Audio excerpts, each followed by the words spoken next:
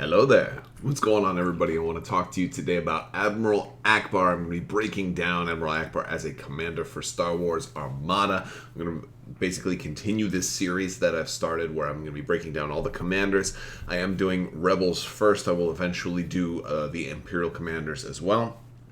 But I'm just going to keep going with Rebels for the time being. I'm going to talk all about Admiral Akbar, how he works, which ships I think he works best with, some ways that I think he may see new play in the future. And before I jump into all of that, I do want to remind you guys there is still another round of the giveaway going on right now. So if you'd like to win an expansion of your choice in the form of a $25 Cool Stuff gift card, all you have to do is subscribe and leave a comment on this or one of my videos. I would also invite you to click on that little bell for alerts so you get notified when new content comes out. So let's talk about Admiral Akbar. He is a 38-point commander for the Rebels. Super expensive. He's at that high end of the spectrum. Before a friendly ship's attack step, it may choose to attack from, only its left and right hull zones, and during this whole round, and if it does, it gets to add 2 red dice to its attack pool when attacking a ship. I love this guy. He was one of the first commanders to come out for the game. He came out with the Home 1 expansion, and he was just amazing. So I think he's seen a lot of evolution as the game has gone by. I think one of the things that I like to do is I like to use him sometimes on a Pelta, sometimes on the Home 1. It all depends on kind of what I'm going with. But I think one of the things that is important to talk about with Akbar is I think when you're using him, it really helps if you have some form of dice mitigation. You're adding at least 2 red dice to every attack you make, potentially 4. And red dice are not very reliable, so you need something to kind of ensure that those dice are going to be better. If you're running like a CR90A, that means maybe you'll want turbo laser reroute circuits. If you're running, an MC80, maybe you want to run the Home 1 title and then give all your ships the ability to change a die to an accuracy. If you're running a Pelta, like I sometimes will do, it gives you the opportunity where you can come in and add intensify firepower, which actually makes this a pretty good flagship. Now, this wasn't an option until about Wave 6, when we got the Peltas. Correct me if I'm wrong, I think it was Wave 6.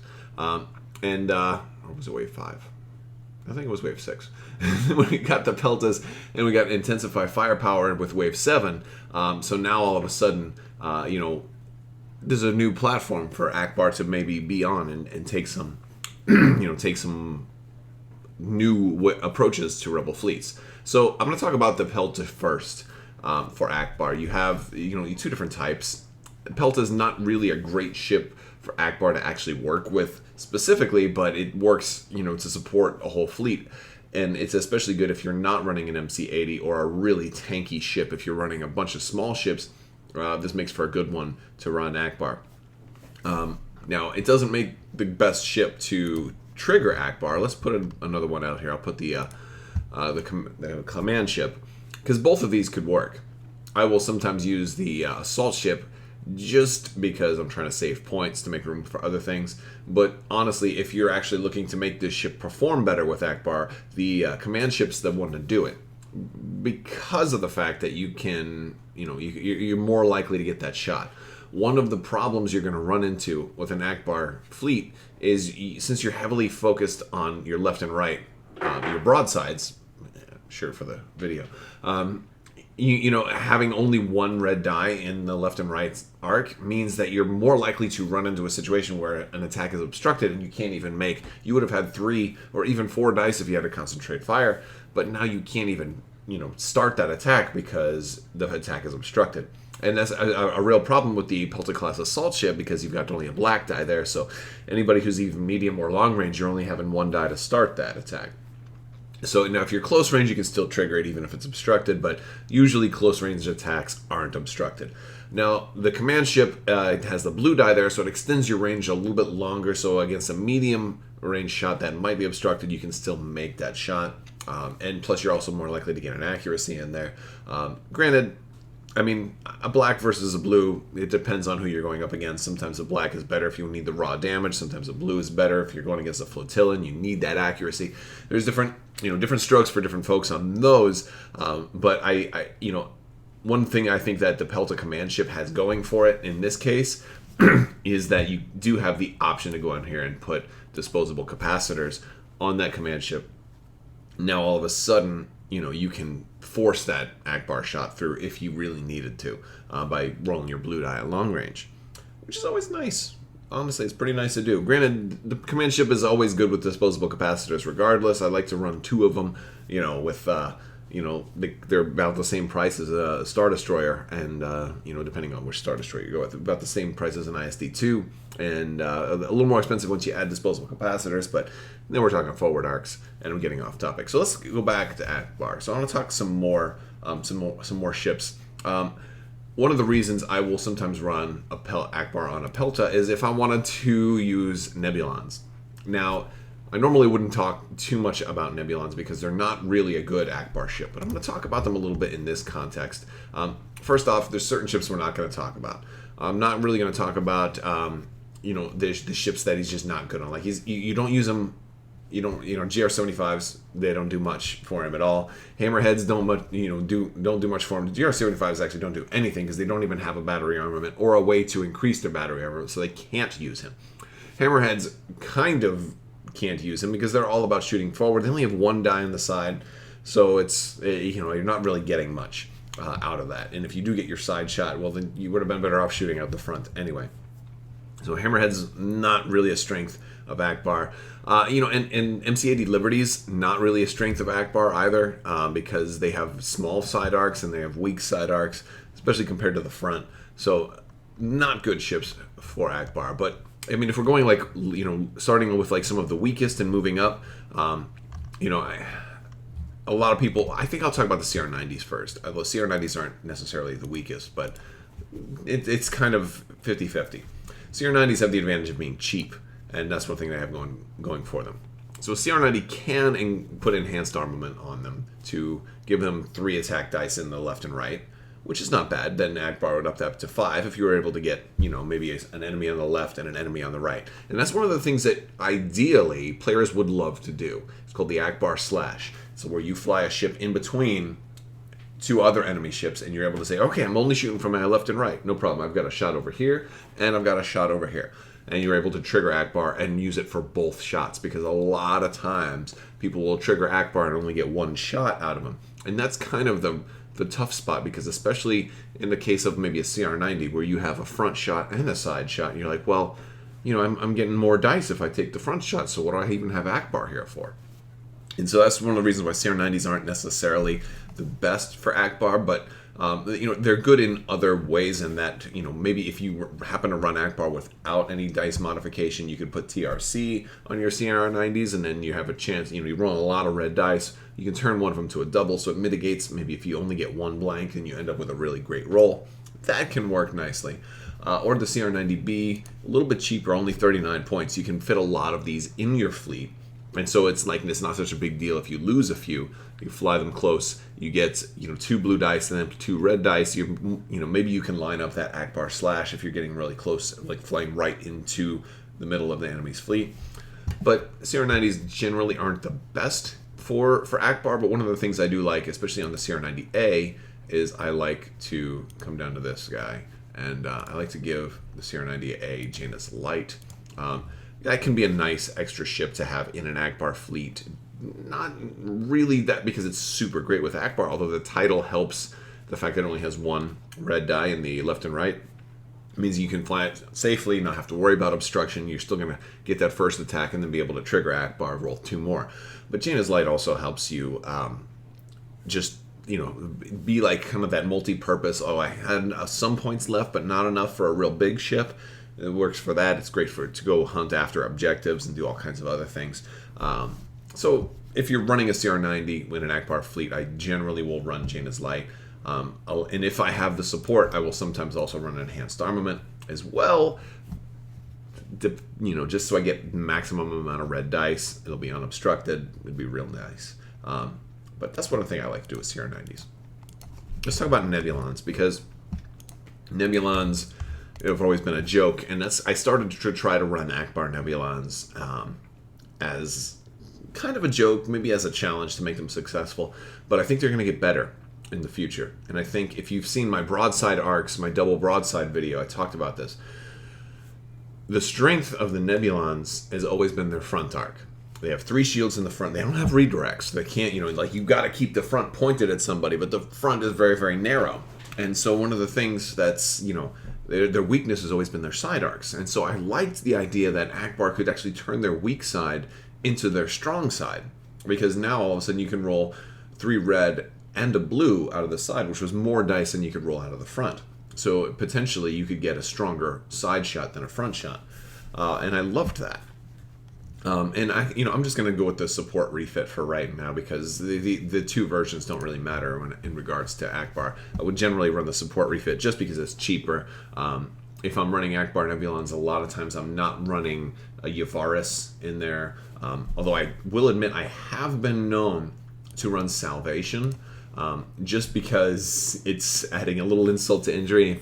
If somebody does decide they want to stay out of your side arc, you can be like, okay, well, good. That just means like I have no bad, there's no bad arc here, because then as narrow as the front arc is on a Nebulon, the rear arc is also equally narrow. So there's no, unless somebody manages to line up perfectly in your rear arc, you're always going to be happy, So, and that was more about mitigating your own bad circumstances, and like where you're not ever going to have a bad setup. Again, it's not optimal to run Akbar Nebulons just because you're kind of planning for somebody to not have that perfect front shot, and then, but one of the things I love is that it just using Akbar with Nebulons, it turns their weakness into a strength.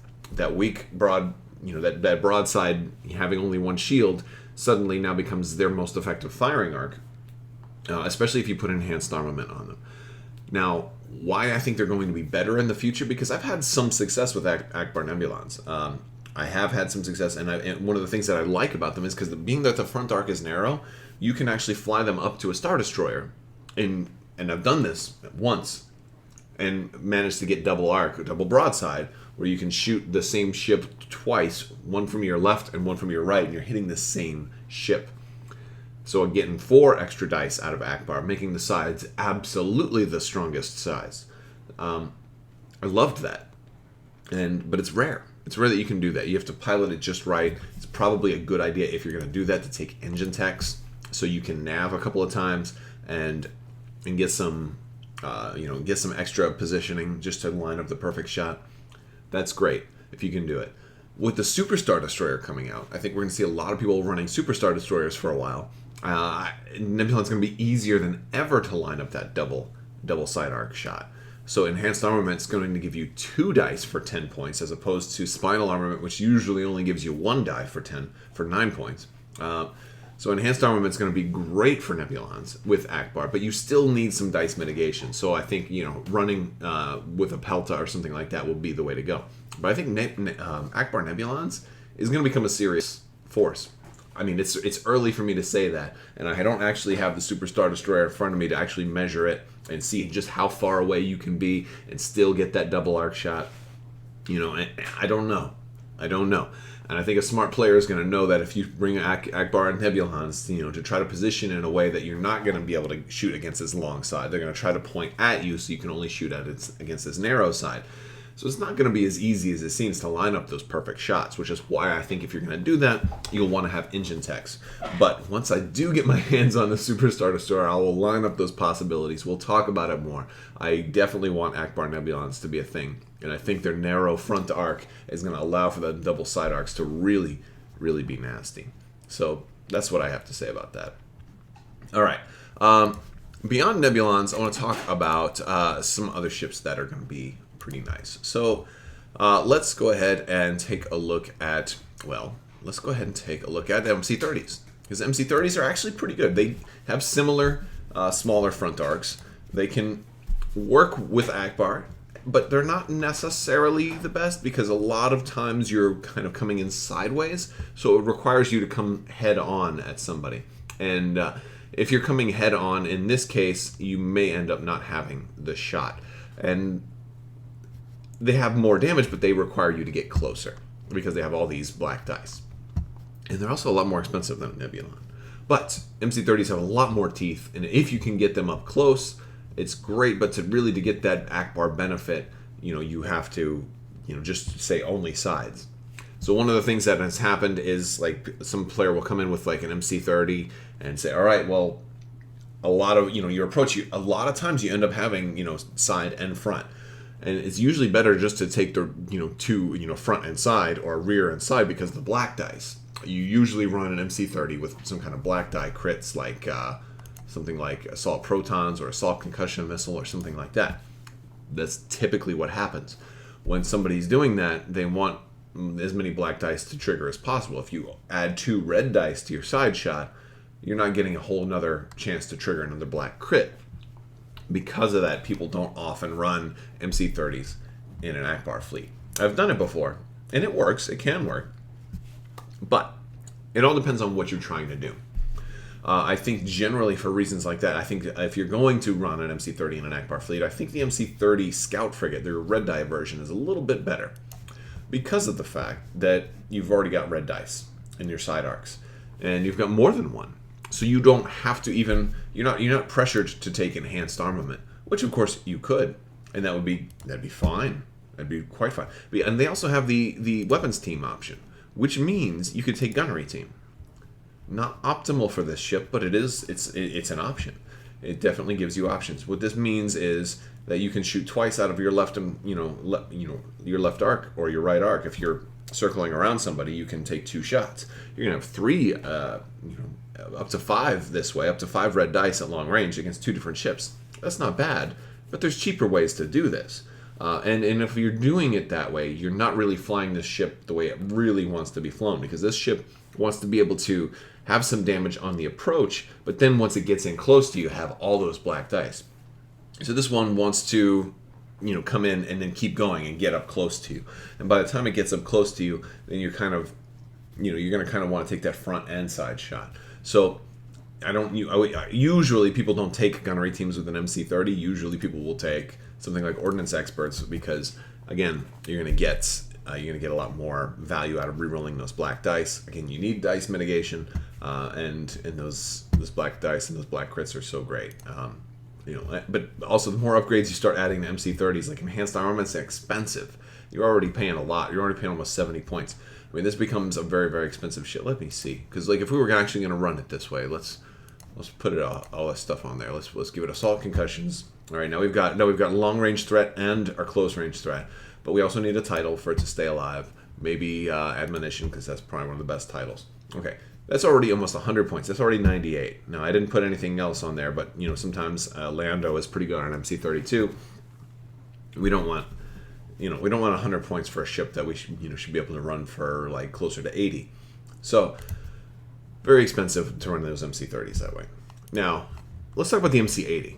Akbar comes with the MC80, right? We got 2 MC80s. We got the command cruiser, and the assault carrier.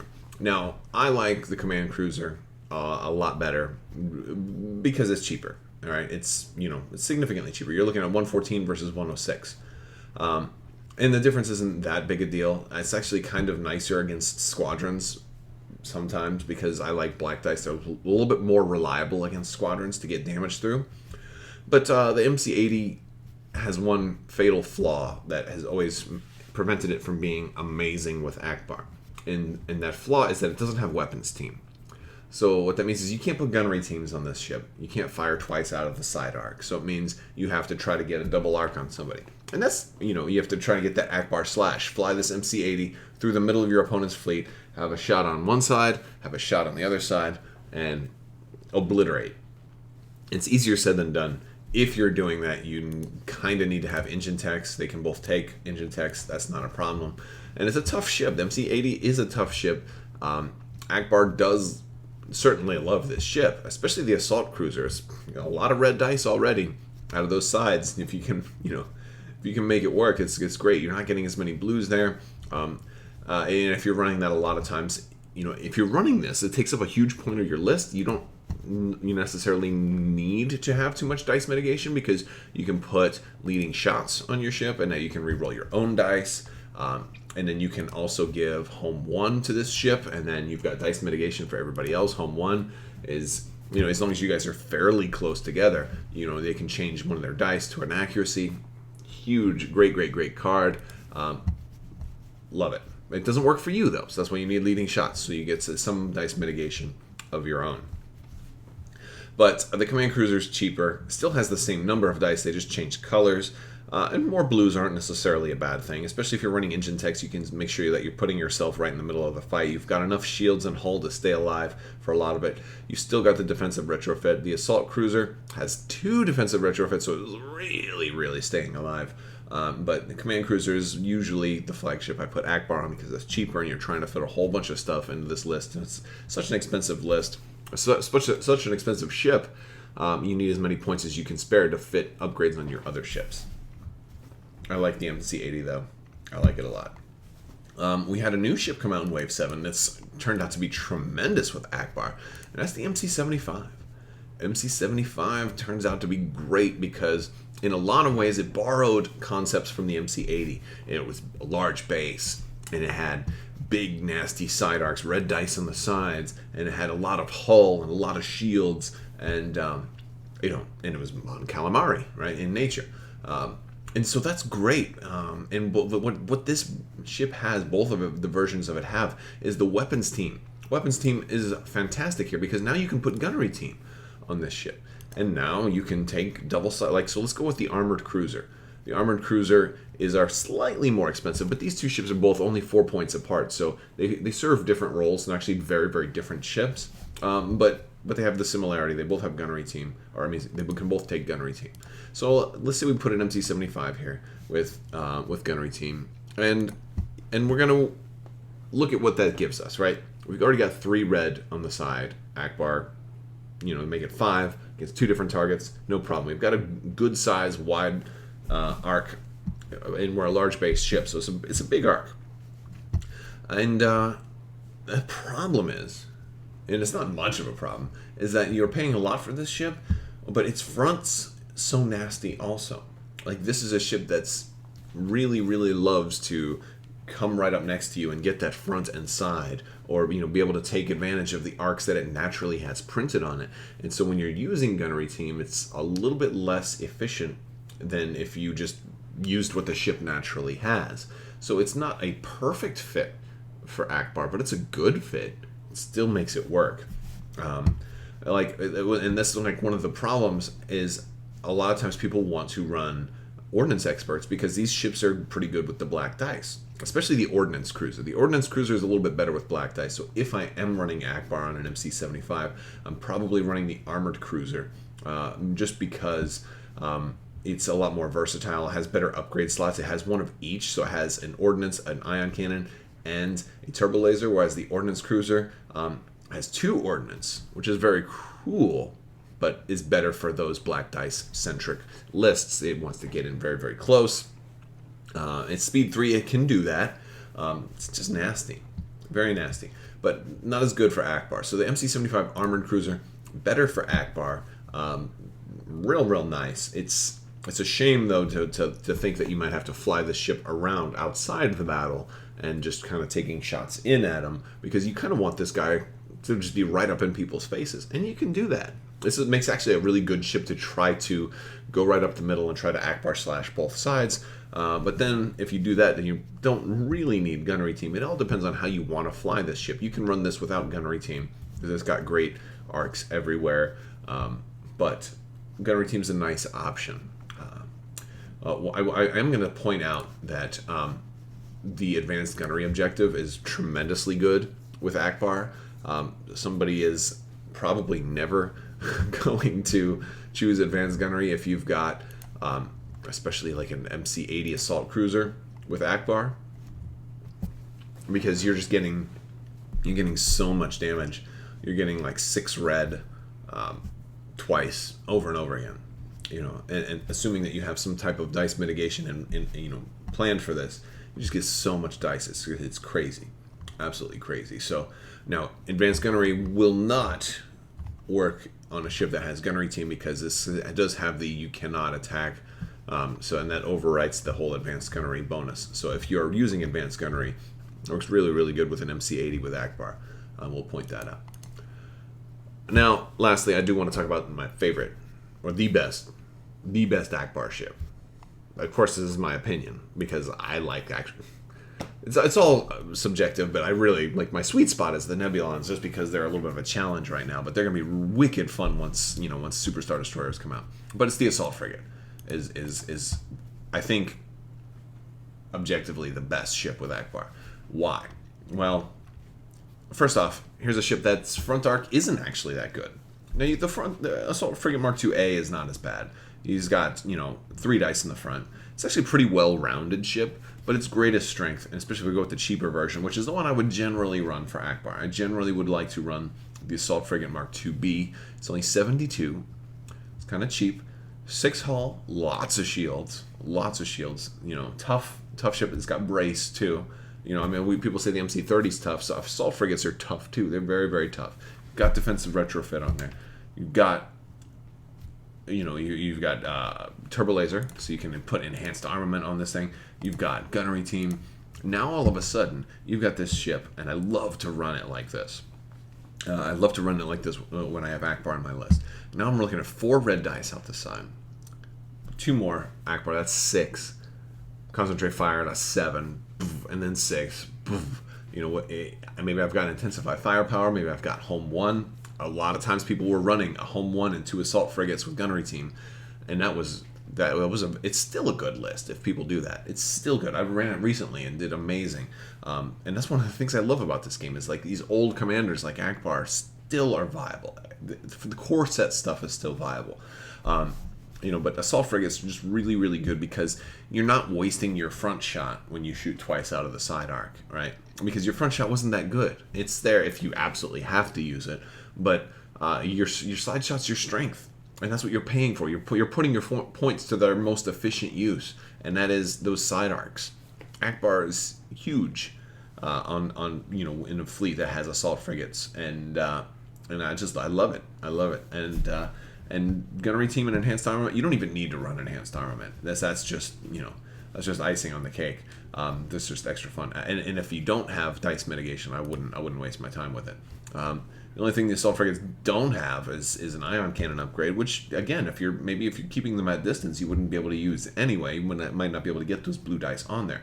But another thing that you can do, and if we really want to go crazy, because the assault frigate is a medium ship, let's put enhanced armament on there. And let's put disposable capacitors on there now. Now I can add my blue die at long range. Okay, now this would be a time that your ion cannon could potentially work if you wanted to put in leading shots. This way you'd get that blue die at long range, and then you could re-roll all of your dice if you needed to. Not going to do that. But yeah, an assault frigate like that, insane. So let's say we had a Pelta. I'll do a whole list right here, right? Like you could just do a couple of these, 3 of those. That's 376. That's 3 super, super heavy shooting ships. And they have an ability, every attack they can change one blank anything to a hit. So they've got a little bit of dice mitigation built in. You can even add GR75 with CommsNet to feed. But you don't need to feed tokens to the Pelta. The Pelta could just take concentrate fire each turn. You can drop that and put some squadrons in there, some Z95s, something like that. You can drop enhanced armament off of 1 or 2 of these and add even more squadrons. There's a lot of stuff you can do here, but just really, really, really strong. And that's a lot of ships, and these are all putting out a ton of fire. That's like Simoons. They're like Simoons out the side. And Akbar, and with gunnery team and Akbar, it's just phenomenal. So the winner of the Akbar trophy is the assault frigate, especially the assault frigate Mark II-B.